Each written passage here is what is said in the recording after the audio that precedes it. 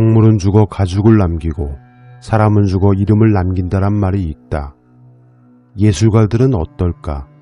세계적으로 미술사에 가장 큰 영향력을 끼친 미술작가를 샤갈, 로댕, 반 고흐, 피카소, 클림프 등을 든다. 그들은 살아생전엔 어떠했을까? 이 중 반 고흐는 37년의 짧은 생애 중 10여 년의 작품 활동에서 유화 작품은 880여 점을 남겼다. 그러나 당대 비평가들로부터 고흐의 색채는 야만적이라는 신랄한 비판을 받아 생전에 붉은 포도밭이 1890년 브렉셀 전시회에서 400프랑 약 30달러에 팔린 게 유일했다. 우리 돈 3만원 정도이다. 반 고흐의 작품은 그가 죽은 후 100년 가까이 돼 세계 경매가 기록을 갈아치우며 최고 블루칩으로 자리매김했다. 1987년 2월 크리스티 경매에서 작품 해바라기가 3,900만 달러라는 최고가로 일본 손해보험사인 손보 재팬에 낙찰됐고, 같은 해 11월 소도비 경매에서 붓굿이 5,390만 달러, 우리 돈 약 635억 원에 팔려 최고가를 기록했다. 또 1998년에는 반 고흐가 말년에 어머니의 선물로 그린 자화상 수염없는 예술가의 초상은 7,150만 달러, 약 657억 8천만 원의 경매가 됐다. 1990년 의사 가시아의 초상은 8,250만 달러, 약 972억 원의 일본 굴지의 제지업체 명예회장 사이토 료에이에게 들어갔다. 반 고흐의 그림값은 매년 치솟아 소도비는 2002년 자산재평가 과정에서 해바라기의 감정가를 8천만에서 1억 달러로 평가했다. 작품 한 점에 무려 1,000억이다. 살아서는 3만원의 작품이 팔린 것이 유일했던 사람. 죽어서 그의 작품이 몇천억이든 그에게 어떤 이득이 있을까? 작품을 돈의 가치로 환산하는 것이 천박하다고 말하는 예술인들 또는 애호가들이 많다. 그러나 실제 예술계 대다수 예술인들은 오랫동안 어렵고 힘든 빈곤의 삶을 살아야 한다. 심지어 하다못해 자신들의 작품을 전시하는 전시회를 만들기 위해 들어오는 인부들조차 인건비를 받아가는 데 반해 예술인들은 단 이론 한 장 인건비라는 것이 책정되지 못해 예술 노동에 대한 대가가 전혀 없단 볼멘소리도 나오는 현실이다. 그렇다면 그 예술인들의 예술 노동을 통해 나타난 결과물들을 돈으로 만들어내는 사람들은 누구일까? 어찌됐든 긍정적 측면에서는 그나마 전시회는 필수 불가일 듯하다. 그마저도 없다라면 신진 예술인들이나 중견 예술인 등이 삶을 영위해 가는데 매우 곤란한 상황이 오게 될 것이기 때문이다. 문제는 예술 전시를 자신의 이익 또는 회사의 수익 제고를 위한 이벤트로 활용하는 있는 자들의 꼼수와 횡포이다. 과연 세계적인 예술가들의 작품을 전시 유치하는 것이 대중과의 커뮤니케이션을 통한 새로운 문화 촉매일까? 오래전부터 예술인들의 작품은 소장의 가치보단 있는 자들의 재산 증식 용도로 사용되어 왔다. 마치 금괴처럼 말이다. 가지고만 있으면 자연스럽게 가격이 올라가고 그 희귀성과 가치는 천정부지로 뛰어올라 재판매를 위한 수익의 수단이 되고 있는 것이다. 그렇게 하나의 훌륭한 작품은 누군가의 손에서 팔려 누군가의 손으로 들어가고 또 그 누군가가 되파는 상품이 되고 있는 것이다. 그렇다 보니 세계적 거장들의 작품을 유치하고자 하는 경쟁은 날로 치열해졌으며 그것을 통해 수익성을 노리는 회사들이 많아졌다. 우리나라만 예를 들어도 국내 미술계 영향력 1위 인물로 매년 꼽히는 사람이 홍라이 전 삼성미술관 리움과 호암미술관 관장을 꼽기도 한다. 영화산업의 블록버스터라는 것이 있듯이 전시계 또한 블록버스터 전시가 생겼다. 2000년 초반부터 폭넓은 계층의 관객을 타깃으로 하는 대형 전시의 형식은 미술관들이 변모된 기능을 수행하는 데 있어서 효율적인 운영 방법의 하나로 인식되었다. 하지만 그것은 표면적인 내용이고 실제로는 대중과의 커뮤니케이션을 전면에 내세워 기획사와 미술관의 수익사업의 다양화를 꾀하는 것이 목적이었다.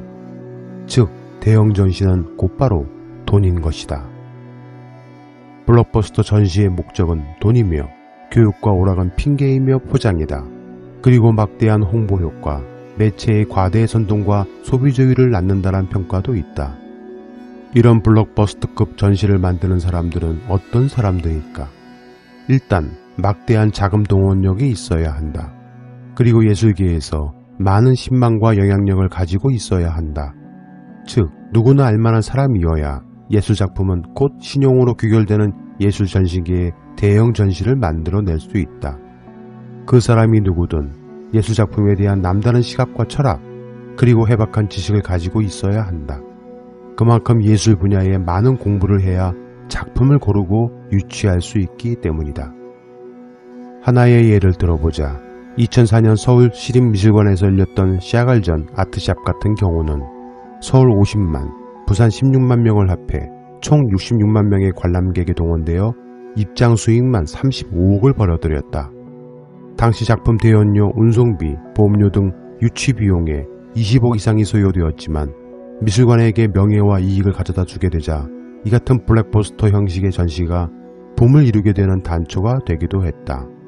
블록버스터 전시 기획은 평균 2년여의 시간을 소요한다.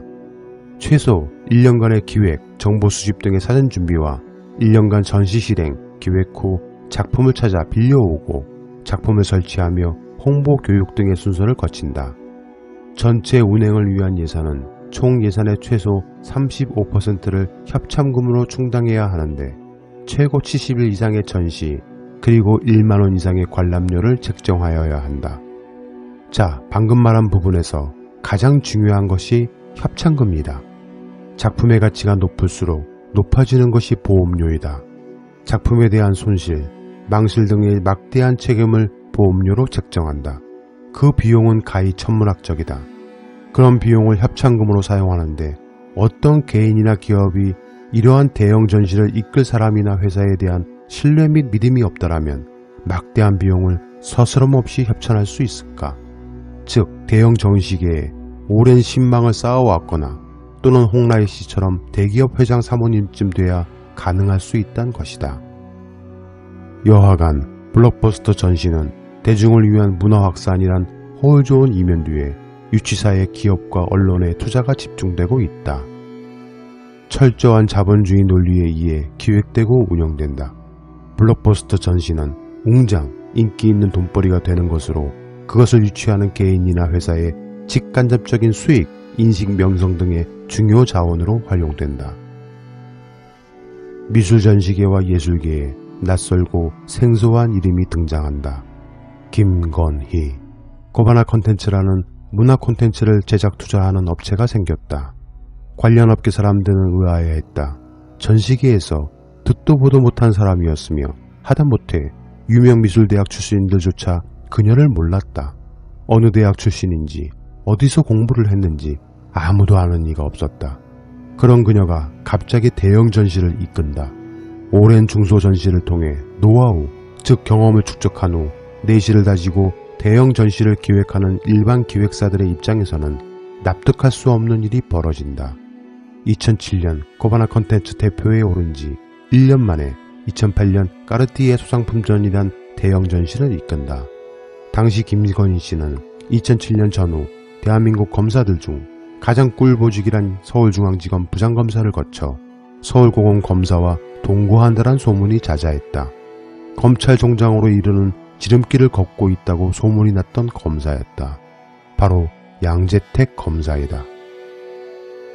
그런데 그녀가 그 검사와 헤어지고 더 막강한 끈을 잡았다는 소문이 돌았다. 대검찰청 중수과장과 사귄다란 소문이 난 것이다. 2009년 앤디 워홀 위대한 세계전을 시작으로 2010년 3월 미스 사이공이란 세계적 뮤지컬을 유치하고 연이어 그녀는 드디어 2010년 12월 서울대와 SBS 출신 김범수 전 아나운서를 상무이사로 영입한 후 대망의 샤갈전을 유치한다. 무려 30만 명이 넘는 입장객을 이끈 초대박을 터뜨린다. 이것을 계기로 미술 대형 전시계에 그녀의 이름을 날린다. 그래서일까? 아무런 대형 전시 경험이 없었던 김건희는 이 전시들을 이끌기 이전인 2008년 10월 김명신에서 김건희로 개명한다. 그리고 당시 김건희는 페이스북에서 국민대 조용대학 영상디자인학과 겸임교수라고 자신을 소개했었다. 하지만 국민대 해당 학과 홈페이지 교수 명단에는 이름이 없었다.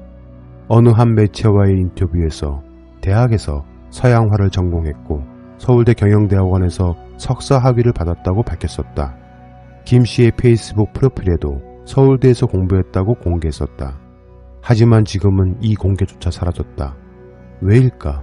왜 그녀는 자신의 학력을 공개해 놓았다가 지금은 삭제를 한 것일까? 그리고 김 씨의 회사 코바나 컨텐츠는 등기부 등본상 2007년 주식회사 제임스 앤 데이빗 엔터테인먼트 코리아라는 이름으로 설립을 했다가 이후 상호가 매닝카우스, 매닝카후스를 거쳐 2009년 주식회사 코바나로 바뀌었다. 회사 상호를 무려 4번이나 바꾼 것이다. 게다가 사무실도 수시로 옮겼다. 여하간 그녀의 행보는 거침이 없었다. 반 고우전, 알베르토 자코메티전 등 여러 유명 전시를 주관한다. 그리고 이름만 들어도 알만한 대기업 등에서 막대한 협찬을 이끌어낸다.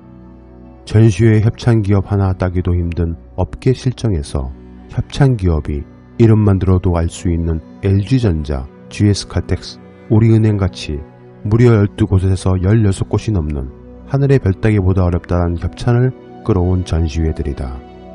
김건희 대표가 기획한 전시는 윤석열 지검장이 검찰총장 후보자로 발표될 무렵 일주일 사이에 협찬사가 무려 12곳이나 불어났다. 엔터테인먼트 회사 YG의 빅뱅 멤버들이 홍보를 해줄 정도로 정관계 연하계와 친분을 쌓으며 신데렐라가 된다.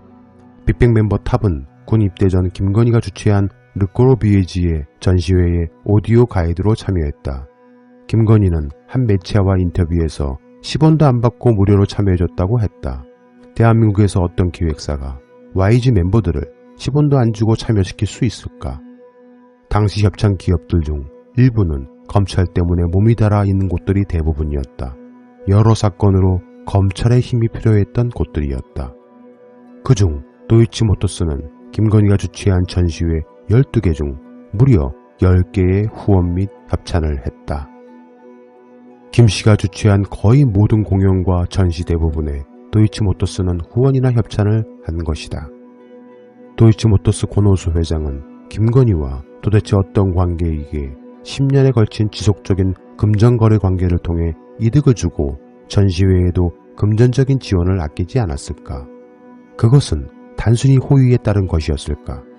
한번 대형 전시를 기획하려면 최소 30억에서 35억 정도의 예산이 들며 이 중 20%는 문화기부금이나 작품 보존 처리, 수리비, 20%는 작품 포장, 케이스, 운송비, 20%는 보험료, 나머지 40%는 한국에서 전시 진행하는 데 들어간다 한다. 이러한 막대한 비용을 모두 현금 협찬이나 후원으로 처리하는데 왜 이토록 많은 기업들이 줄지어 김건희에게 협찬을 했던 것일까? 윤석열 총장은 평소 법과 원칙을 소신이라 강조해왔다. 인사청문회에서도 평생 불의와 타협하지 않았다고 스스로를 평가했다.